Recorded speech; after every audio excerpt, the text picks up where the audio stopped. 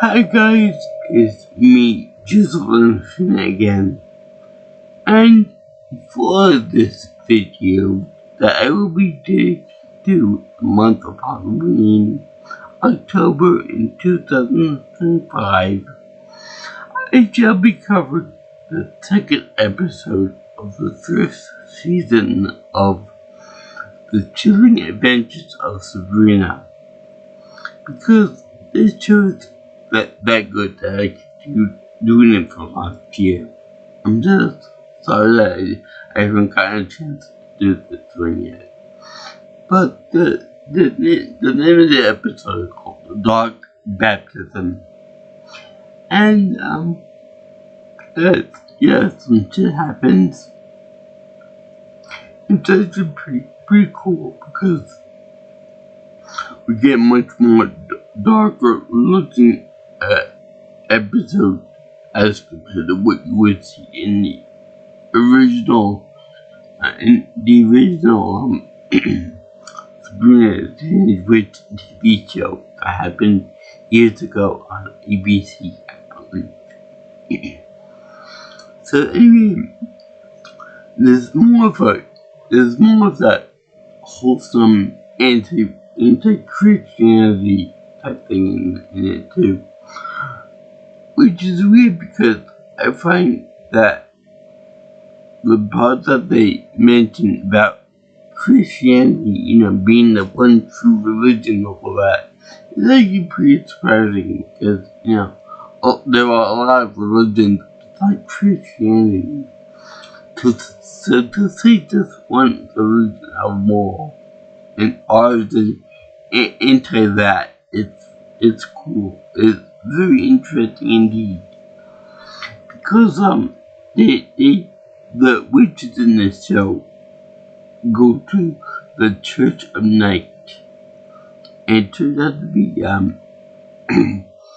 this year on Halloween is Sabrina Spellman's 16th birthday. I believe it's a sweet 16th birthday. So, as per tradition, every witch upon their 16th birthday must sign the Book of the Beast, or the Book of Lucifer, or the Devil. Which, if you look in Christian scripture, I believe that the two characters are two different beings. But whatever, I'm not going to speculate on this because they do the whole thing about having Lucifer or Satan be like the goat man that you hear about in mythology and cartoons and whatnot. So, which in itself is based upon the idea of the satyr from Greek mythology and the Hercules cartoon. So, I wouldn't hold too much stock on that, but when he does show up in the show, he's simultaneously terrifying and ridiculous in my opinion. But that's interesting that I'll talk about it when I get to it later on. Now, as per this episode, Sabrina is actually get beat down with it to send her name into the Book of the Beast, as per witch tradition, because it's like when they wrote this episode, they kind of checked all the boxes. Like, let's see if this sounds familiar to you guys. If she goes one way, she'll have to abandon all the normal traits from her other life. In exchange for great power, near immortality, etc., etc., etc. So, they kind of checked all the boxes on that one. especially because some characters refer to her as a half-breed, which is weird because Eileen Real, the girl that plays Agatha, the Asian weird sister, is actually part Korean, part German, I think. So it's kind of like it kind of hits close to home, more or less. I don't know about the other two, but I'm just saying for her, it's kind of like it's a little bit too close to home. Unless she is intended by whatever. So anyway, she debates on becoming a true full-blooded witch with her powers and immortality and all that jazz. So anyway, the head priest, the head priest, if you will, of the Church of Night, Father Blackwood, is telling Miss Spellman that it's okay to sign the Book of the Beast because Lucifer, the devil, is not considered evil, and that all religions require a bit of sacrifice. Number one, I would agree that all religions do require a little bit of sacrifice, whether it be spiritual, emotional, financial, or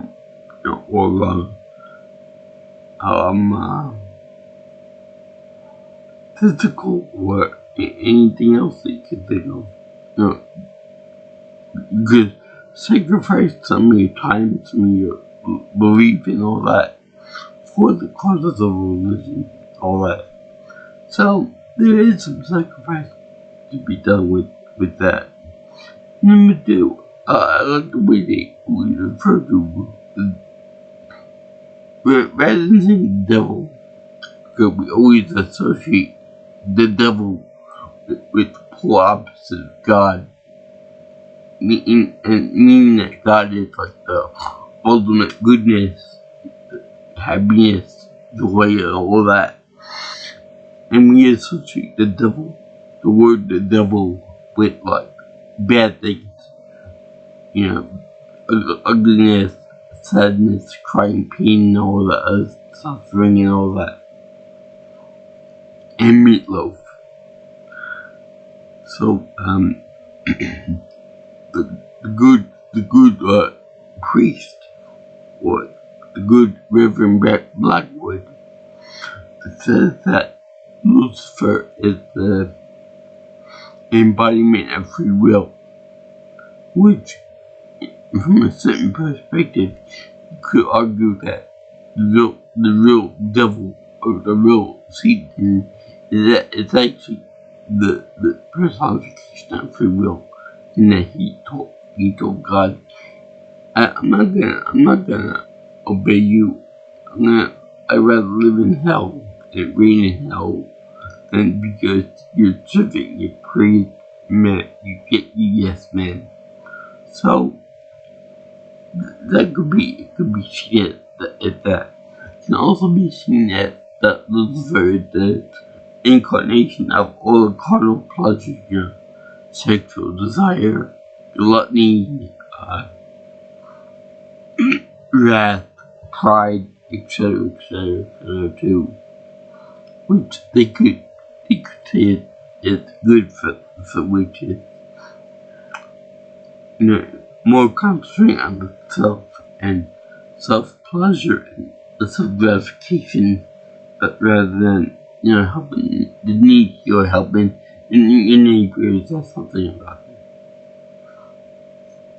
So there's that too. Meanwhile, I held talks to Sabrina about her own baptism, her own dark baptism, and that when that occurs, it's like a new stage in a young witch's life and all that. Kind of like write a passage for somebody else. And it's kind of interesting because she was saying that you don't have to do this. It's your choice. So basically, she's trying to be like more of a passive or a soft parental figure, whereas Zelda is more like a hard ass. Like, you have to do this. You have to keep faith. You have to make our covenant, make our family good for the rest of the covenant. You're gonna keep up the image of us as being hardcore witches and all that. And for this little soft speech, Zelda waxed the little wax shoulder off the top of her head with a shovel, and buries her in a little resurrection backyard. So it actually reminded me of Jungle Z, in that when people die, they can easily be resurrected by the 7 Dragon Balls, or like Sonic the Hedgehog with his chest and emeralds, or maybe a kissing princess. Yeah, lots of to speak about that, the better. So anyway, she said that she made it seem like this isn't the first time girl inhaled that was buried by Zelda. This is pretty funny in that she said that if I do it many more times, you won't be coming back. So that's kind of like a way to behave yourself. That's more really funny to me. Behave yourself or you're not coming back anymore. You're not gonna be able to cook us pies and stuff. Which is kind of sad, but funny. That's the kind of weirdness this show brings. Meanwhile, little Susie is being harassed by a bunch of bullies at school. And you know what? It's okay to stand up for your friend in that regard, because these kids are asking for it. The big football players, and they call little Susie a derogatory term for a lesbian. I don't know if I can repeat that word here, but you guys can pretty much catch my grips on that end. But yeah, she's pissed off. She gets a black eye from a fight, and then Sabrina says, "No, what's going on?" So then Susie tells her about it and gives up names, and then one day Sabrina makes a truce with the weird sisters Agatha, Dorcas, and Prudence to scare the young men out of their wits. And this is actually pretty funny because they do like they make it seem like they're gonna take away their virginity in a mine shaft. And what's funny about that is that well, they don't obviously, but they make it seem like she is all for them are like cool with this. Well, the boys now. And it's funny because when they get the young men in the cave in the mine shaft, they over there take off their clothes and stuff. Nobody gets naked or anything, but they do a magical twist in there, and it turns out that they were actually making out with themselves. The boys were making out with the boys. So then they took pictures of the boys like that. It's actually very funny. I would just take Agatha for obvious reasons, but I can't have everything I want. So anyway, yeah, and it's really strange because I don't know what time period this is set in. But I'm gonna assume it meant for the 2000s, sometime around there. And it's really weird because Sabrina uses a camera that's like old Polaroid that you have to shake the picture when they come out, and then you did it up right on the spot. Now, this is way before digital cameras. To make my GoPro. Makes this thing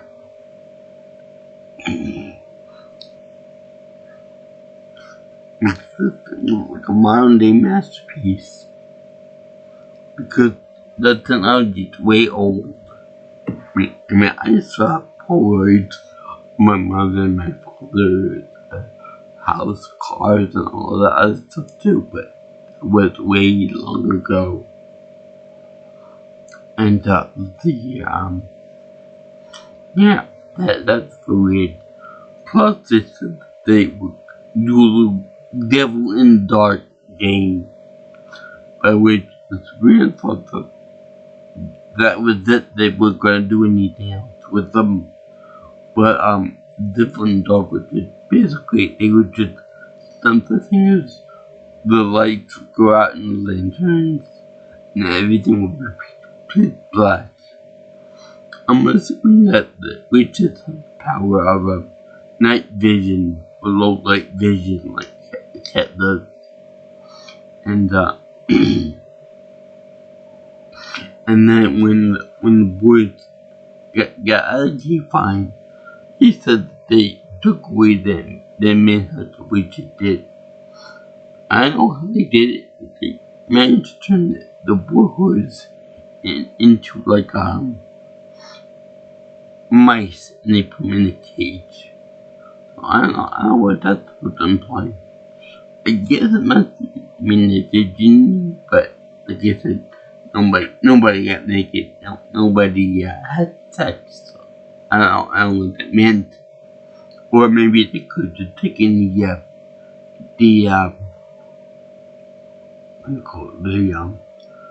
spiritual essence of the of erections into the power away from the men, so they can't produce an erection from now on. And I know that's very technical, but that's the best thing I got for it. I've heard of people actually doing that in voodoo practices, in African practices one time, but to see that in a TV show, it's kind of weird. So yeah, along with that, Sabrina even told the guys, if you ever lay a hand on Susie again, his pictures of you making out with other men will go public. And you won't let that, they won't let you live that there. Because I guess gay people think chance like big no-no in this town. So, yeah, my question is, if the other girls were black as part of tradition, they wore like red the other outfit, then why was Sabrina the only one that wore red? In character syndrome? I don't know. I'm gonna ask you guys that question. But why was Sabrina able to wear red? Or maybe it could be just that because she got a special connection with the devil. as you will see later on. But we have a little thing with Lilith in there, and she's put it Madam Satan, which I really like that name for her, because in the Bible, she's supposed to be the first consort of Adam, the first man. So, when Lilith said, no, I don't want to be his mate, God didn't immediately say, I want you to go with Satan instead. You're his lover now. At least I don't think he did. I don't think he did. So anyway, they should leave it at Lilith and not leave it at Madam Satan. Because doesn't sound right. I mean, this thing in the end where she says no, where she bows down and kisses his hoofed foot and begs for forgiveness against him, and that he'll never cross his path again. And she does. She's like a little conniver, a little bit hungry and all that. So yeah, having a reconnect with Satan is not copacetic for me. So anyway, then they have a big birthday party for her on Halloween, of course, during the blood moon. Now, I like this idea about a birthday party on a major holiday. Now, whether that happens every year like that is a different story, or if the blood moon thing is just coincidental or whatever. But it's still a pretty cool thing. I know people that. I know one girl whose name is Christmas, who was born on Christmas, who is an atheist. You figure that one out. I guess you would probably so burnt out off of Christmas and Jesus and all the other stuff that she got. Shit. Nope, I want anything to do with God, so I'm an atheist from now on. That's pretty funny. So anyway, she has a big birthday party. She spends her last earthly moment with Harvey. I can't call her boyfriend. And they have a nice little dance together in the costume gathering, the party and stuff. Have a big birthday cake. And she even said to Harvey, don't forget about me. Don't get angry with me. He said, how could I get angry at you? I'll remember you. Now, part of her baptism thing is that everyone has to forget about her. She has to move on with her life. And she has to never again go back to a moral life. Never go back to high school. Never go back to Greendale or anything else of this world. She just go to witch school, which sounds like Harry Potter, but she's more advanced than he is at the get-go. So anyway, she ends up she is wearing white dress to her party. So then she runs away at the blood moon occurs. Nice effect, by the way. And then she runs into the dog baptism area of a coven. Wait. The way to the actual ceremony looks like something like a human-sized birth canal made of trees and brush. So that's pretty cool. So then she goes in there. Her white dress turned to black, which is an neat effect. Everyone over there watching from Greendale, everyone that you thought was normal becomes a witch. And it's actually pretty nice. Until the blood part comes around. I'm a little squeamish about my own blood, but see a little bit of blood, I don't really care. If I see my dad's blood, I'll say, ooh, not that big of a deal. If I see my own blood, I'll faint. If I see enough of it. So, they're like, if you're trying to get all powerful, get more infusion of the devil, Lucifer's power, you'll be at his beck and call whenever he wants to do a certain favor of his, whatever favor that may be, pushing a button, it might do nothing, it might kill a million people, or something about it, or he might have you, change the label for it there, but the thing is that it's more of a trust thing where you're trying something in your own blood, a blood oath, and you're saying up to say that you promise to fulfill your end of the bargain eventually.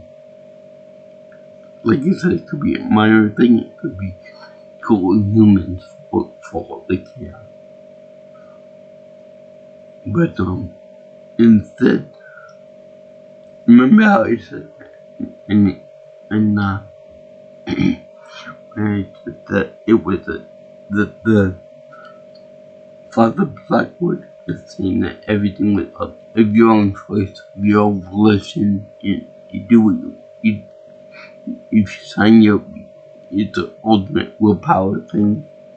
Well, now it's kind of like you're forced. She's forced to do it. She is forced to write her name in the book, and the guy does force her hand to do it. So it's really not of free will. And while this is happening, she's getting Sabrina is getting visions of her mother and father told her to run, Forrest run. That's like what she does. She does not sign the book, and everybody pissed off at her for that. And then she runs back to Ambrose after she gets noveled and floats around to the pond and almost yanked back. It was a very dramatic experience, a very horrifying experience for a young girl like that. And Zelda is over there in oil pie. That doesn't stick it right. She had to do it. But yet she skipped out of it. She wanted to go for a different path. But for which the only path is one to accept it, or two, don't accept it. There is no other way. But here she's gonna find a way, because she's stubborn and headstrong.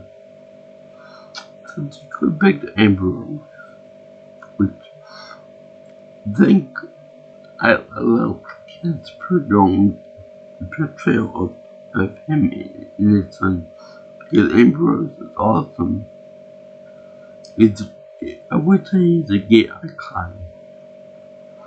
And he told it for Sabrina. He even cast a spell for protection for her and all that. But the funny thing is that on that when the Coven are coming after Sabrina, they organize the group to be kind of like a reverse Salem witch trial, like where normal people would go and hunt down who they thought were witches with pitchforks and torches and all that. The Coven go after Sabrina with torches and pitchforks, and with the priest the Father Blackwood. So it's very much the reverse of a witch trial mob. And it's also keep saying, we'll talk to her. Talking to her means forcing her to do something that she doesn't want to do. She wants to embrace both the angelic powers and powers of evil and darkness. She can't have it both ways, but she does anyway. I could see why people like this part of her. Because, there's either one way or the other way. She can't have both. She's gonna try to do it her own way. The one person that did this in like 5,000 years or so of witchcraft. And she tried to do it. So,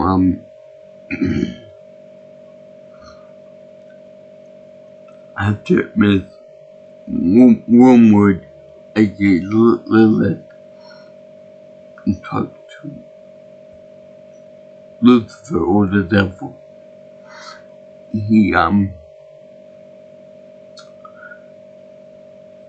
had the new principal come into the school, and it's by none other than Boggy from look at this show right now. 12 Strangers, something like that. Perfect Strangers is the name of the show. Is from the 80s, and he was from the Legaliers as the business guy at Winshop. Anyway, he is possessed by Lucifer, and he talks in believe talking and say to Sabrina, you will be mine. You will sign your book you will sign your name into my book. Something like an autograph hound. Yeah. I want your autograph now. Please give it to me. And I'll have domain over you and your family and all that. Ha ha ha. So, let me tell you something.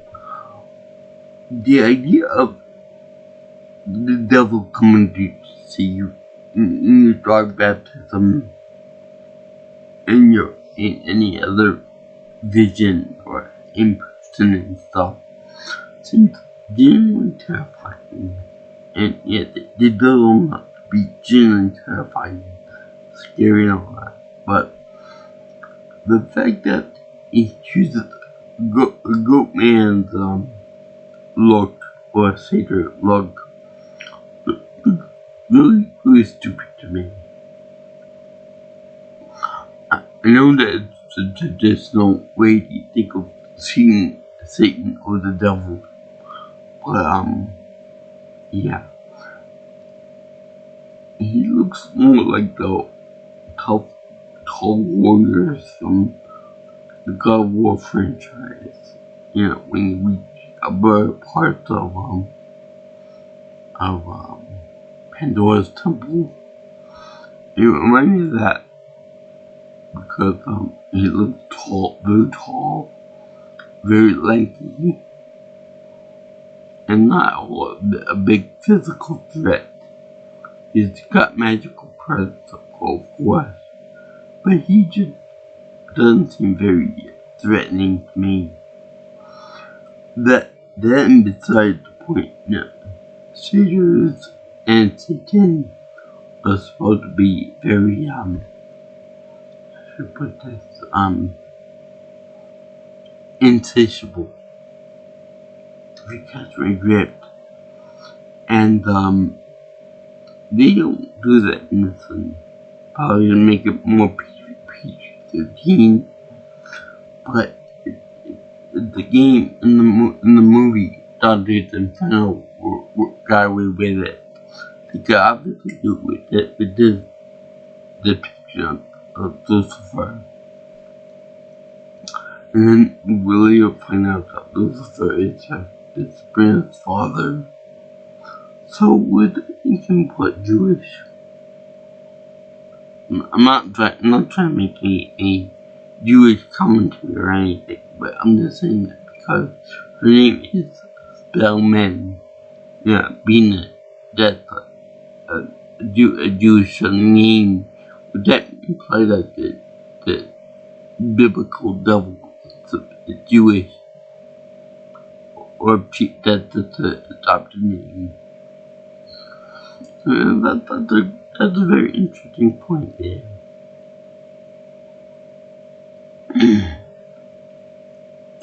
So we get the end of the episode, and Sabrina like still half and half, and even came up with a new club in this Wicca, a cute little not the what we felt was like that Wicca nature worship more or less, and it's a club.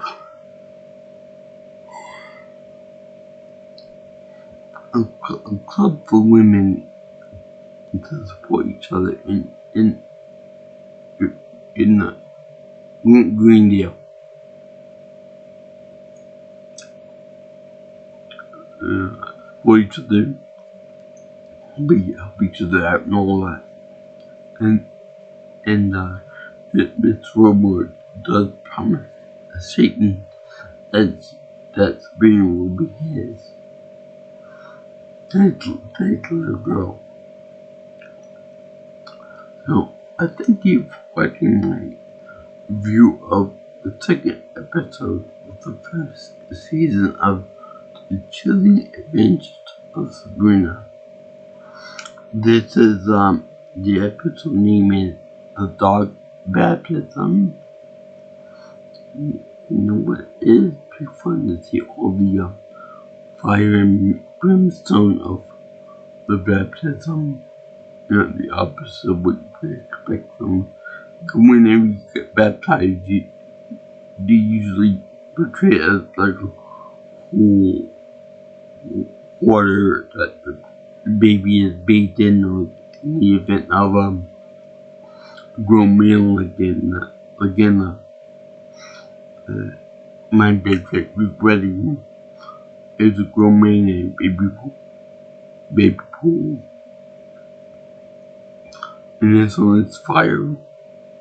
You get baptized through fire. For witches, I guess, more imagery from the film with trials and all that. But yeah, it also paints the devil as being the father of all lies and deception. And Father Blackwood is voice of deception, lies, hatred, bigotry, and all the other stuff. And yeah, it's a good episode. I give my happy face beautiful because it's awesome.